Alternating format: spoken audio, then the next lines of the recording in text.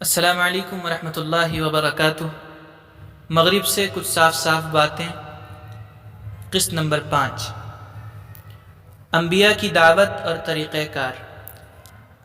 انبیاء کرام صلوات اللہ علیہم نے اپنے اپنے دور میں اور اپنے اپنے حلقہ دعوت میں، اور نبی عربی امی صلی اللہ علیہ وسلم نے ان سب کے بعد اس انسان کی تربیت پر ساری توجہ مرکوز فرمائی اور یہی کوشش کی کہ انسان کی فطری استعداد و قابلیت کو ابھار دیں، جس کا کوئی فلسفہ یا علم النفس یعنی سائیکلوجی ابھی تک سراغ نہیں لگا سکا اور نہ اس کی تہ تک پہنچ سکا ہے۔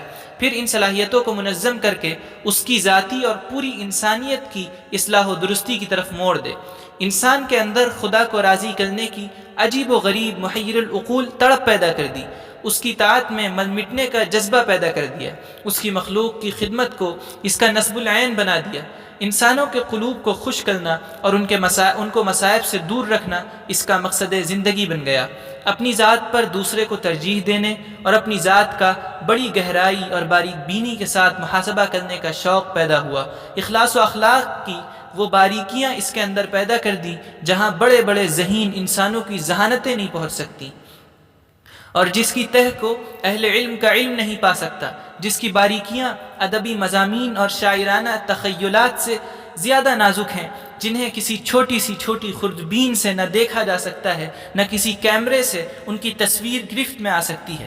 غرض پیغمبرانہ تعلیم نے انسان کے اندر احساس کی نزاکت، روح کی صفائی، اخلاق کی بلندی، عزت نفس، خود پسندی سے نجات، قدرت رکھتے ہوئے دنیا کی لبھانے والی چیزوں سے بے رغبتی، حوصلہ و فکر کی بلندی، خدا سے ملنے کی تڑپ پیدا کی، ان کے یقین میں قوت عطا کی، ذات و صفات کا وہ گہرا علم بخشا جس کا تصور صرف وہی انسان کر سکتا ہے جس نے ان افراد کی سیرتوں کا صحیح طور پر اور گہرائی کے ساتھ جائزہ لیا ہو۔ خلاصہ یہ کہ نبوت کا سب سے بڑا کارنامہ انسان ہے، اور یہی انسان انبیاء کرام کا محور عمل ہے، ان کی کھیتی ہے جس میں انہوں نے تخم ریزی کی، جو ان کی کاوش جگر سے لہلہا اٹھی اور برگ و بال لائی۔ محض وسائل کافی نہیں۔ حضرات، مشرق میں انبیاء نے اپنا میدان عمل یہ نہیں بنایا کہ وہ صرف اس کائنات کی پوشیدہ قوتوں کا انکشاف ہی کریں، اس کو قابو میں لائیں، اس سے کام لیں۔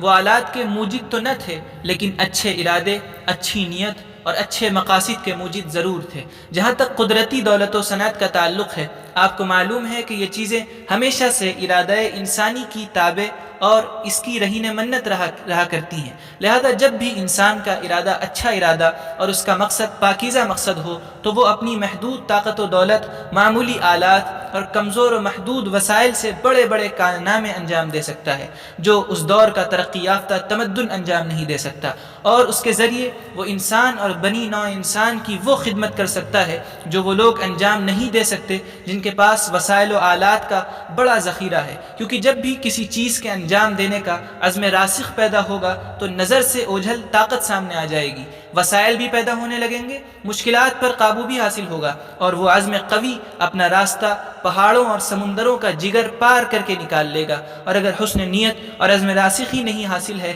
تو وسائل بیکار، آلات بے سود ہیں اور موجدوں کی ایجادیں ضائع ہیں۔ بھوک اور پیاس کی شدت، ماں کی مامتا، محبت کی بیتابی اور شوق کی فراوانی کبھی اور کسی زمانے میں بھی زیادہ علم یا آلات کی محتاج نہیں رہیں۔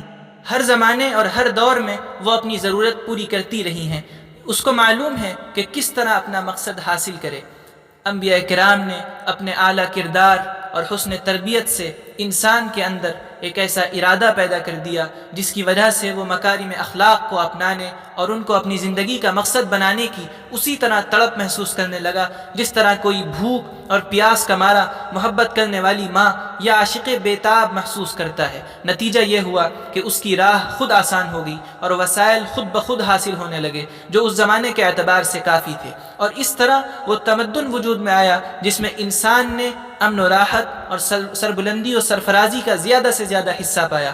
وہ تمدن بلا شبہ محدود اور سادہ تھا، اس میں کوئی پیچیدگی نہ تھی، نہ کوئی فلسفیت تھی، مگر اس کے اندر مستقبل میں ٹھوس اور صحیح بنیادوں پر ترقی پذیر ہونے اور وسعت پانے کی پوری گنجائش تھی۔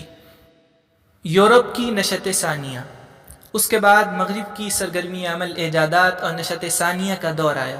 مگر اس وقت مذہبی پیشواؤں کی بہت عرصے تک غلط نمائندگی اور ناجائز مذہبی اجارہ داری کے سبب اس کا رشتہ اخلاق و مذہب سے کمزور پڑ چکا تھا۔ اس گہرے تعلق کے کمزور پڑ جانے کی وجہ سے نیز اقتصادی دباؤ، سیاسی حالات اور یورپ کے محدود رقبے میں تنازع للبقاء کی کشمکش کی شدت کی وجہ سے مغرب کی توجہ انسان کے بجائے انسانی ماحول اور انسان کی گرد و پیش کی دنیا پر مرکوز ہو گئی۔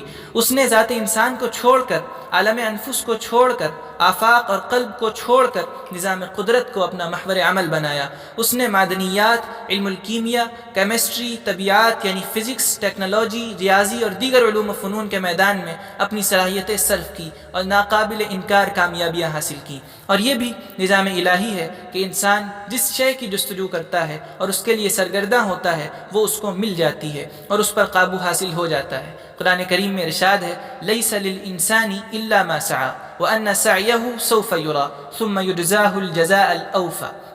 آدمی کو وہی ملتا ہے جو اس نے کمایا، اور یہ کہ اس کی کمائی اس کو دکھانی ضرور ہے، پھر ان کو بدلہ دینا ہے اس کا پورا بدلہ۔ اور ایک جگہ ارشاد ہے كلا نمد هؤلاء وهؤلاء من عطاء ربك وما كان عطاء ربك محظورا۔ ہر ایک کو ہم پہنچائے جاتے ہیں، ان کو اور ان کو تیرے رب کی بخشش میں سے، اور تیرے رب کی بخشش کسی نے نہیں روک لی۔ یورپ کی مادی فتوحات، لہذا مغرب نے کائنات، صنعت و حرفت، ریاضی و انجینئرنگ کے علوم میں کامیابی کی اعلیٰ منزلیں طے کی، ایجادوں پر ایجادیں کرتا رہا، فتوحات پر فتوحات اسے حاصل ہوتی رہیں، یہاں تک کہ آج اس منزل پر پہنچ چکا ہے جہاں کا گزشتہ صدیوں میں تصور بھی نہیں کیا جا سکتا تھا، اور جس کی تفصیل کی یہاں حاجت نہیں اور نہ مثالوں کی ضرورت ہے، کیونکہ بلا شبہ یہ ملک علوم جدیدہ کا ایک ممتاز ترین علمبردار ہے۔ مغربی تمدن کا یہ ایک ممتاز مرکز و دارالحکومت ہے۔ خود یہ عظیم مرکز علمی لندن یونیورسٹی، جس میں مجھے اس تقریر کا شرف حاصل ہو رہا ہے، اس تمدن کی ترقی و تعمیر میں اپنی دوسری ہم مشرب درسگاہوں کے ساتھ علوم و فنون کی سرپرستی کرنے میں نمایاں حصہ لیتا رہا ہے۔ ان اداروں نے وہ اسباب فراہم کیے ہیں جن کے مظاہر سائنس و صنعت کے میدان میں نظر آتے ہیں، لہذا اس موضوع پر زیادہ تفصیل بے سود اور اضاعت وقت کے مرادف ہوگی۔ بلا شبہ یہ اسباب و وسائل فراہم ہو گئے، اور یہ اللہ کی نعمت ہے جس کی ناقدری نہیں کی جا سکتی۔ ان اسباب و وسائل کا ایک انبار آج نگاہوں کے سامنے ہے۔ ان کا مقصد وجود یہ ہے کہ کسی کام کا یہ وسیلہ اور آلہ ثابت ہوں۔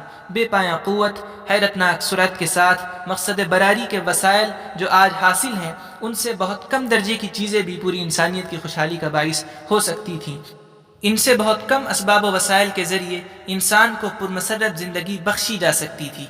عالمی امن اور سکون خاطر بھی حاصل ہو سکتا تھا۔ یہ ممکن تھا کہ ان کے ذریعے محبت و الفت کی فضا دنیا میں قائم ہو جاتی، لوگ ایک دوسرے کو سمجھتے اور تعاون کرتے، انسانیت کے مشرق و مغرب میں پھیلے ہوئے خاندان کی شاخیں آپس میں مصنوعی دیواریں منہدم کر سکتی۔ آج دنیا کے ایک کونے میں بیٹھا ہوا انسان دنیا کے دوسرے کنارے کے بسنے والے انسان کی مدد کر سکتا ہے، اس کے دل کی دھڑکنیں سن سکتا ہے، اس کا چہرہ دیکھ سکتا ہے، ظالم کو ظلم سے روک سکتا ہے اور مظلوم کی مدد کر سکتا ہے، پریشان حال کی فریاد پر پہنچ سکتا ہے اور ننگے بھوکے اور بیمار کی مدد کر سکتا ہے، کیونکہ جہالت اور انسانی کمزوری کی بنا پر جو معذوریاں تھیں وہ ختم ہو گئیں، جس کا شکوہ گزشتہ نسلیں کرتی تھیں۔ اب وہ آلات و وسائل موجود ہیں جن سے انسان پلک جھپکتے اپنی ہر خواہش پوری کر لیتا ہے۔ اب تو بھلائی کا کام کرنے والے کے لیے کوئی عذر باقی نہیں رہا۔ انسانیت کے بھی خواہ، امن کے رہنما کس چیز کی کمی کا گلہ کر سکتے ہیں؟ کوئی فرد ہو یا حکومت یا سوسائٹی۔